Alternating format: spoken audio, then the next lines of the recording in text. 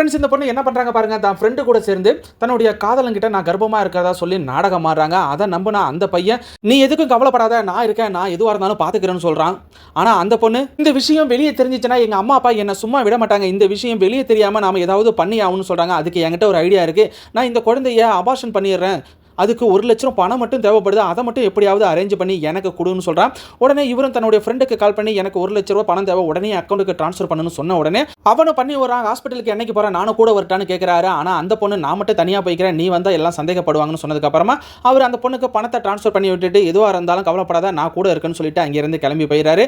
அதுக்கப்புறமா அந்த பொண்ணுடைய ஃப்ரெண்டு எப்படியோ 1 லட்சம் நம்மளுக்கு பணம் வரப்போகுது, அதை வச்சு நம்ம ஜாலியாக இருக்கலாம், இந்த மாதிரி இழிச்சவாயங்க இருக்கிற வரைக்கும் நம்ம காட்டில் மழதான்னு பேசிட்டு இருக்காங்க. சடனாக போனவர் திரும்பி வராரு. என்னன்னா ஃபோனை மறந்து வச்சுட்டு போயிட்டேன்னு சொல்கிறாரு. உனக்கு பணம் தேவைன்னா என்கிட்ட டைரக்டா கேட்டு இருக்க வேண்டியதானே, இப்படி நாடகம் ஆட வேண்டிய அவசியம் என்ன, ஒன்ன போய் நான் உண்மையா காதலிச்சேன் பாருன்னு சொல்லி அந்த பொண்ணோடைய போனை பிடுங்கி திருப்பி இவர் அக்கௌண்ட்டுக்கு பணத்தை ட்ரான்ஸ்ஃபர் பண்ணிட்டு இதுக்கப்புறம் என் மூஞ்சில முடிக்காதுன்னு சொல்லிட்டு கிளம்பிடுறாரு.